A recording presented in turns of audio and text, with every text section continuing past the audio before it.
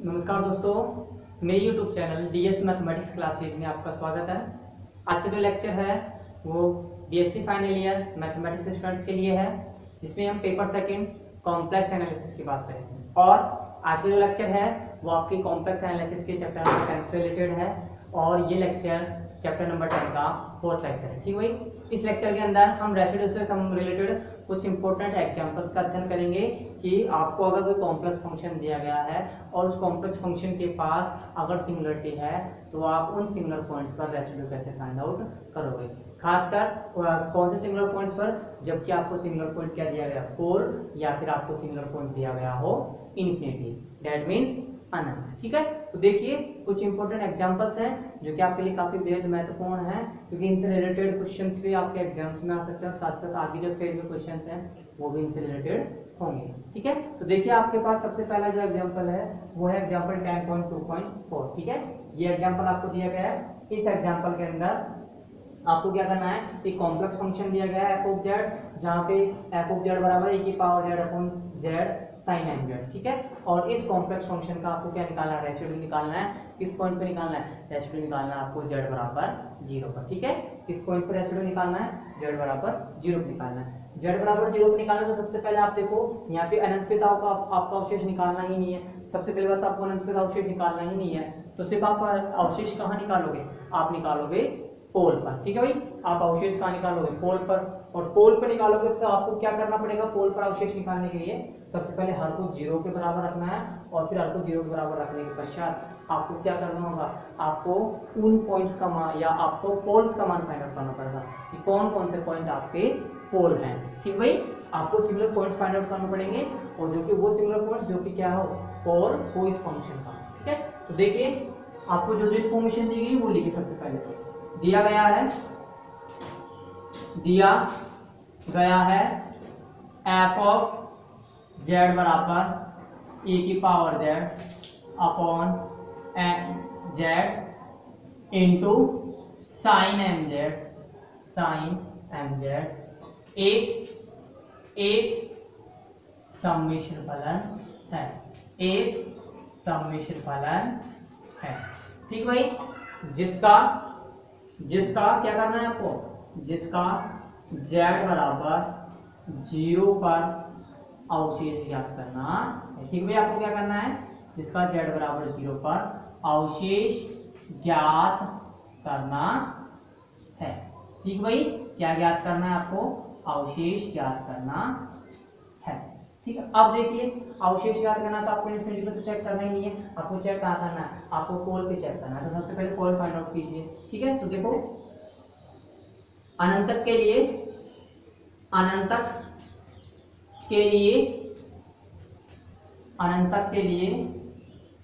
हर को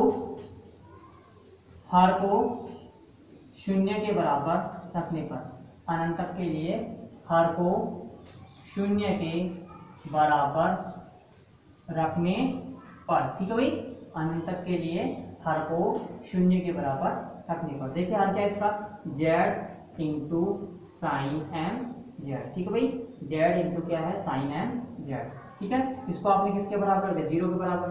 0 के बराबर करते तो ऐसे आपको सबसे पहले तो क्या मिलेगा, z बराबर 0 या मिलेगा आपको साइन एम जेड बराबर 0। ठीक है, साइन एम जेड बराबर 0 है, ये किस पे 0 होगा, ये 0 होगा साइन एन पाई जेड। ठीक है भाई, किस पर 0 होगा, ये एन पाई पर 0 होगा, जहां पे ईच एन किसको बिलोंग कर रहा है, ईच एन बिलोंग कर रहा है जेड को। ठीक है, ईच एन किसको बिलोंग कर रहा है, जेड को। ठीक है, देखिए यहाँ से z बराबर 0 तो यहाँ आएगा एक पॉइंट, साथ के साथ एम जेड बराबर क्या आ गया, एम जेड बराबर आ गया एन पाई, और ईच एन किसको बिलोंग कर रहा है, जेड को। ठीक है, एम जेड बराबर एन पाई आ गया और ईच एन किसको बिलोंग कर रहा है, जेड को। तो आप क्या लिख सकते हो, आप लिख सकते हो जेड बराबर एन पाई बटा एन। ठीक है भाई, जेड बराबर क्या हो जाएगा, एन पाई बटा एन, और एन कहाँ बिलोंग करेगा, सेट ऑफ इंटीजर्स में, ठीक है। अब देखो इस सेट ऑफ इंटीजर्स पे आप देखते हो तो n की वैल्यू कितनी हो सकती है, n की वैल्यू 0 +-1 +-2 +-3 +-4 +-5 ऐसे हो सकते हैं। इंटीजर्स में वैल्यू होगी इस n की, इस n की इंटीजर्स में वैल्यू होगी। आपको सिर्फ कौन सी वैल्यू पे चेक करना है, आपको z बराबर 0 पर, ठीक है। ये 0 किस पर होगा, ये z, इस z की वैल्यू 0 किस पर होगी, जबकि n का मान क्या हो, n का मान 0, ठीक है भाई। n का मान 0 तो z बराबर क्या मिल जाएगा, आपको 0 मिल जाएगा, ठीक है। n बराबर 0 पर आपको क्या मिल जाएगा, n बराबर 0 पर z बराबर मिल जाएगा 0, ठीक है। n बराबर 0 पर z बराबर 0 और z बराबर 0 पहले ही है, मतलब आप क्या कर सकते हो, अतः z बराबर 0 फलन f ऑफ z का, फलन f ऑफ z का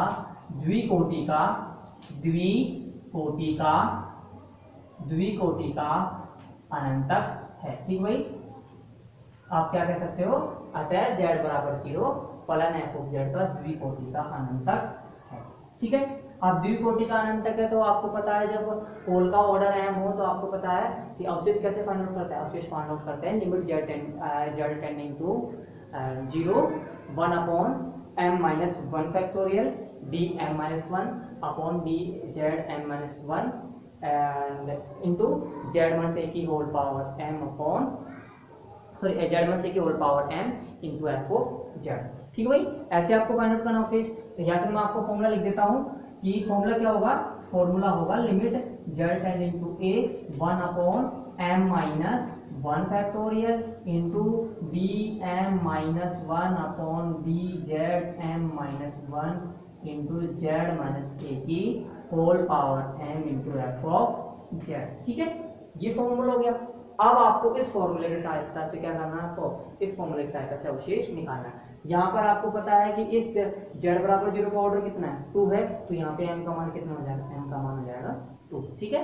m का मान क्या हो जाएगा, 2 हो जाएगा। तो अब आप इस z बराबर 0 पे क्या निकालिए, अवशेष निकालिए, ठीक है। तो देखो रेसिड्यू ऑफ z बराबर 0, ठीक है, रेसिड्यू ऑफ z बराबर 0, z बराबर 0 पर अवशेष क्या होगा, limit z tending to 0 1 upon 2 minus 1 factorial into d upon dz into z minus 0 का whole square into f of z, ठीक है।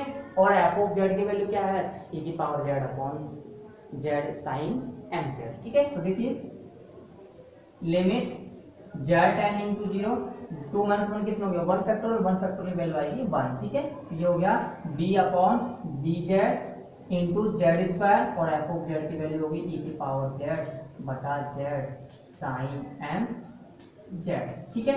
अब देखो इस z से ये z कैंसिल हो गया, इस z से ये z क्या हो गया, आपके पास कैंसिल हो गया। अब आप क्या करो, अब आप इसका डिफरेंशिएशन करो, ठीक है। आप क्या कर दो, इसका डिफरेंशिएशन कर दो। डिफरेंशिएशन करते हैं तो देखो आपको क्या मिलता है, डिफरेंशिएशन आपको किस प्रकार से करना है, डिफरेंशिएशन करना है u अपॉन v के फॉर्मूले से, ठीक है भाई। डिफरेंशिएशन किस प्रकार से करना है, u अपॉन v के फॉर्मूले से। तो डिफरेंशिएशन कीजिए limit z tending to 0 sine mz का होल स्क्वायर, साइन mz का whole square into sine mz, और अब इसका डिफरेंशिएशन करो। इसका डिफरेंशिएशन करते हैं तो देखो साइन mz का रिपीट हो गया, इसका डिफरेंशिएशन हो जाएगा e की पावर z प्लस z e की पावर z, ठीक है, माइनस z e की पावर z और साइन mz हो जाएगा cos mz इंटू m, ठीक है। अब देखिए limit z tending to apply करते हो, आप limit z tending to apply करते हो तो यहाँ पे हर में क्या आ रहा है, 0 आ रहा है, ठीक है भाई। हर में क्या आ रहा है, 0, और हर में 0 आ रहा है मतलब क्या आ रहा है, रेसिड्यू इसका इनफाइनाइट आ रहा है, ठीक है भाई, इनफाइनाइट आ रहा है। अब देखो रेसिड्यू इनफाइनाइट आ रहा है तो अगर आप इसका रेसिड्यू फाइंड आउट करते हो ना तो आपको रेसिड्यू इस प्रकार नहीं मिलेगा, ठीक है। इस अगर मेथड से अगर आप रेसिड्यू फाइंड आउट करते हो तो रेसिड्यू आपको इस मेथड से बिल्कुल भी नहीं मिलेगा।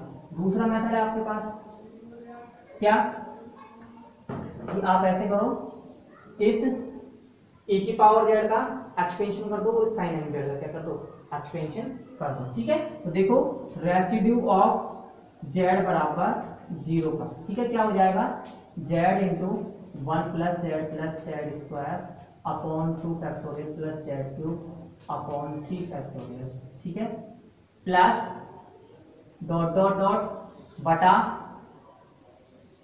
M Z minus M Z का होल एम जेड का क्यूब बटा 3 फैक्टोरियल प्लस एम जेड की होल पावर 5 बटा 5 factorial minus dot dot dot, ठीक है। आप देखिए आप यहाँ से सॉरी ये जेड कहाँ है, ये जेड है आपके यहाँ पर, ठीक है। अब देखो आप यहाँ से एम जेड कॉमन ले लो, एम जेड कॉमन ले तो पूरे टर्म से तो शेष क्या बचेगा यहाँ 1 और यहाँ पावर क्या हो जाएगी कम हो जाएगी, ठीक है। तो देखो क्या हो जाएगा 1 प्लस जेड स्क्वायर बटा 2 फैक्टोरियल प्लस जेड क्यूब बटा 3 factorial plus dot dot dot into 1 upon M Z square, ठीक है, into 1 upon M Z square. अब देखो यहाँ पे हर में क्या शेष बचेगा, हर में शेष बचेगा 1 माइनस एम जेड का स्क्वायर बटा 3 फैक्टोरियल प्लस एम जेड की होल पावर 4 बटा 5 factorial minus dot dot dot, ठीक है। अब इसका क्या करो, आप इसकी पावर का आप इनवर्स में ले लो, ठीक है भाई, ये हर में है, इसको आप अंश में ले लो और अंश में लेने के पश्चात आपको क्या करना है, इसका अगेन एक्सटेंशन करना है, ठीक भाई।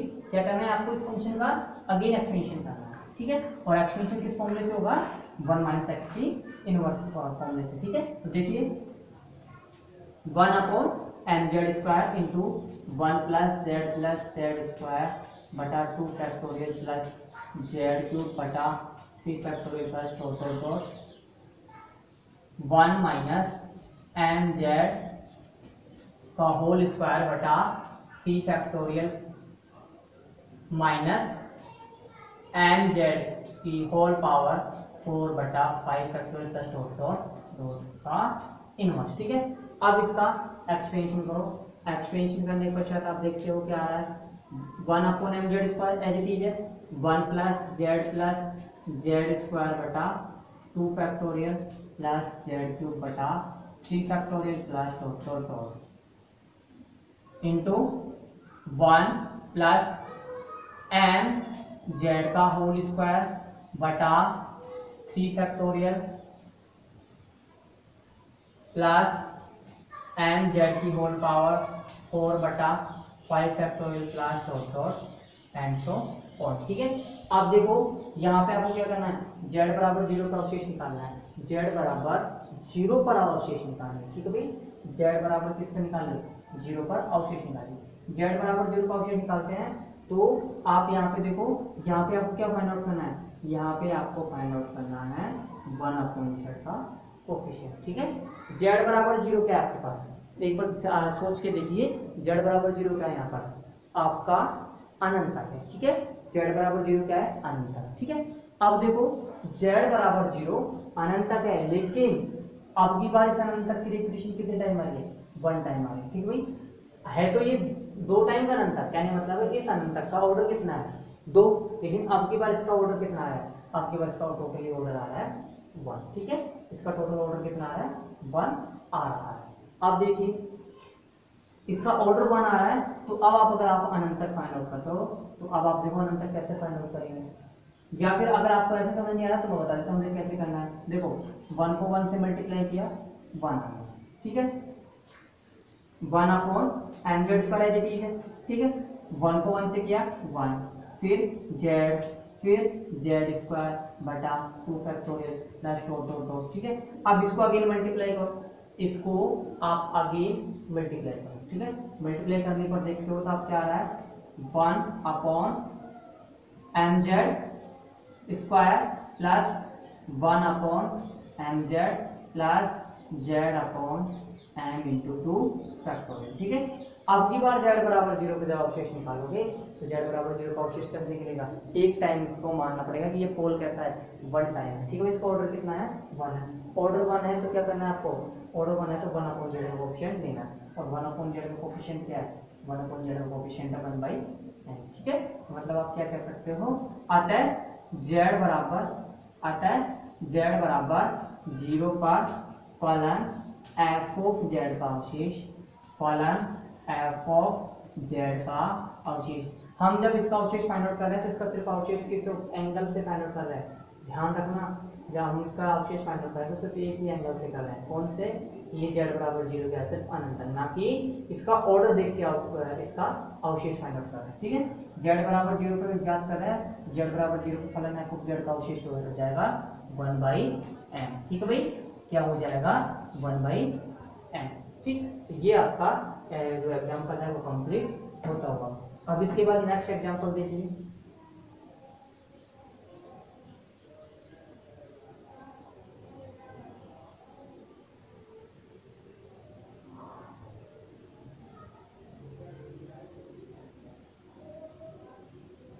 नेक्स्ट है एग्जाम्पल नंबर 10.2.6। ठीक है, नेक्स्ट जो एग्जाम्पल है वो आपका है 10.2.6। देखिए,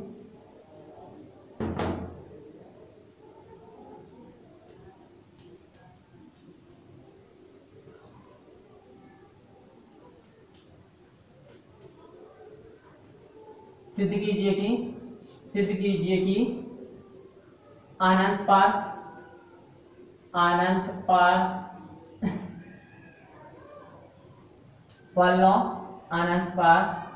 फलनों फर्स्ट है आपका z अपॉन z माइनस ए इंटू जेड माइनस बी, तथा सेकंड है आपका Z cube minus Z square plus 1 upon Z cube के अवशेष क्रमशः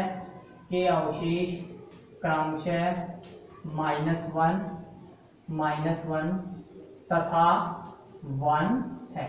ठीक भाई, इन दोनों फंक्शंस के इनफाइनाइट पर रेसिड्यू है जो क्या है -1 और 1 है। ठीक है, तो देखो रेसिड्यू कैसे फाइंड आउट करेंगे दोनों फंक्शंस का। देखिए, सबसे पहले फर्स्ट फंक्शन देखिए,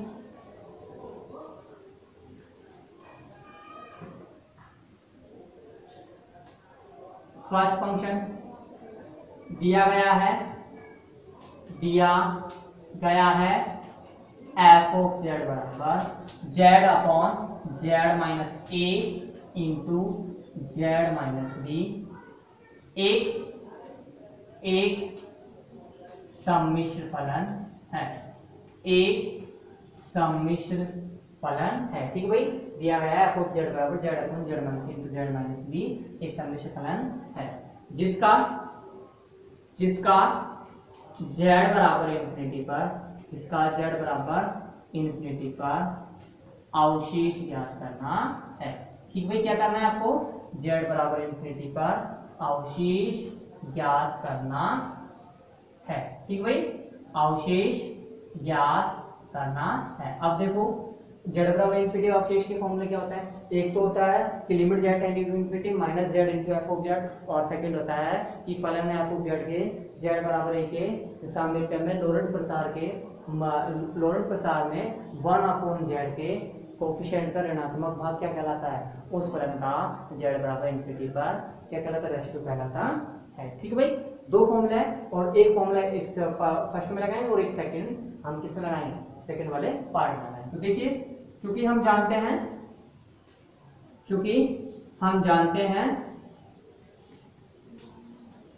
जेड बराबर इन्फिनिटी पर एफ ऑफ जेड का अवशेष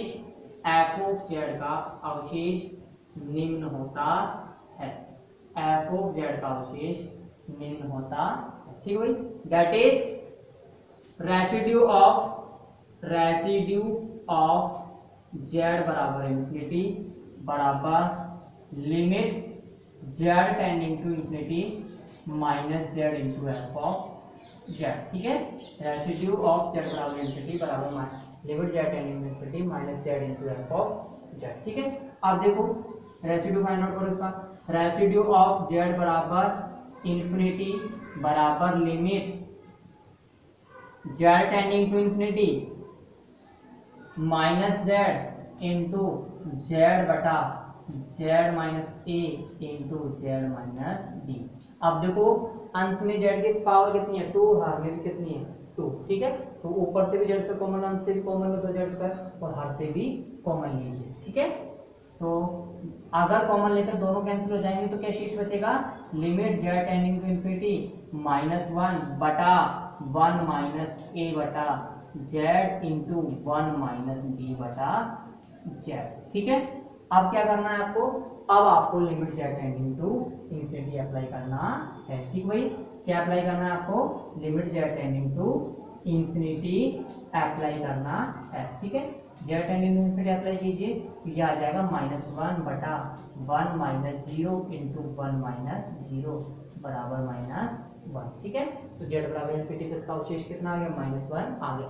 और यही सिद्ध करना आपको कि इसका अवशेष कितना है, -1 है, ठीक है। अब इसके बाद सेकंड पार्ट देखिए। सेकंड पार्ट में क्या करना है, इस फलन का जेड बराबर इन्फिनिटी पर अगेन अवशेष निकालना है, वो भी कितना आना चाहिए, +1 आना चाहिए। तो सेकंड पार्ट देखिए, दिया गया है f ऑफ जेड बराबर Z cube minus Z square plus 1 बटा जेड क्यूब एक सम्मिश्र फलन है, एक सम्मिश्र फलन है जिसका जेड बराबर इन्फिनिटी पर अवशेष ज्ञात करना है, जिसका जेड बराबर इन्फिनिटी पर अवशेष ज्ञात करना है, ठीक है। अब देखो जेड बराबर इन्फिनिटी पर अवशेष कैसे फाइंड आउट करोगे, जो हम बता देते हैं। सबसे पहले आप क्या करो, एफ ऑफ जेड को इस फॉर्म में लिखो, ठीक है। क्योंकि एफ ऑफ जेड बराबर Z cube minus Z square plus 1 बटा जेड क्यूब, ठीक है। अब देखो अंश में जेड की पावर कितनी है 3 मैक्सिमम, और हर में भी जेड की पावर कितनी है 3। तो आप दोनों से क्या कर लीजिए, दोनों से आप जेड क्यूब कॉमन ले लीजिए और कैंसिल कर दीजिए, ठीक है। तो देखो एफ ऑफ जेड बराबर क्या आ जाएगा, एफ ऑफ जेड बराबर 1 minus 1 by Z plus 1 upon Z, ठीक है। ये आ गया, ठीक है। अब एफ ऑफ जेड, अब इसमें क्या करना है आपको, इस फंक्शन के अंदर आपको क्या करना है, 1 बाई जेड के कोफिशिएंट का नेगेटिव लेना है, ठीक है। 1 बाई जेड के कोफिशिएंट का नेगेटिव पार्ट लेना है, और वो नेगेटिव पार्ट क्या कहलाता है, इस फलन का एफ ऑफ जेड का जेड बराबर इन्फिनिटी पर अवशेष, ठीक है। तो देखिए चूंकि हम जानते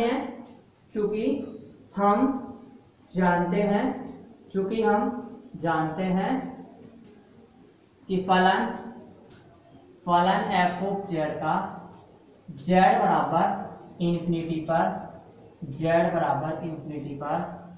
अवशेष, जेड बराबर इन्फिनिटी पर अवशेष, फलन एफ ऑफ जेड के जेड बराबर इन्फिनिटी के प्रतिवेश में लॉरेंट प्रसार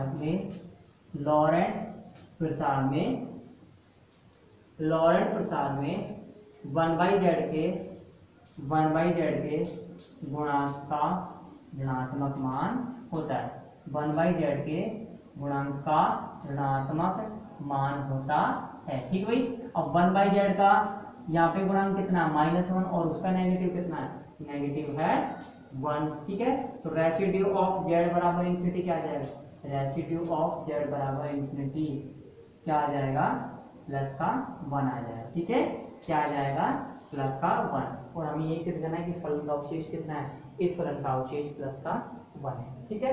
तो आज का ये जो लेक्चर है ये यहीं पे कंप्लीट होता हुआ, और नेक्स्ट लेक्चर के अंदर हम कुछ अन्य और इम्पोर्टेंट एग्जांपल्स की बात करेंगे, ठीक भाई।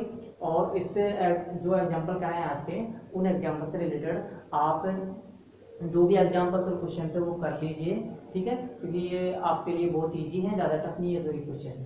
और इसके बाद हम कुछ इंपॉर्टेंट जो एग्जांपल्स और क्वेश्चन है वो आपको नेक्स्ट जो क्लास होगी उसमें कंप्लीट कराएंगे, ठीक है। तो आज की जो ये क्लास है वो यहीं पे कंप्लीट होती हुई, धन्यवाद।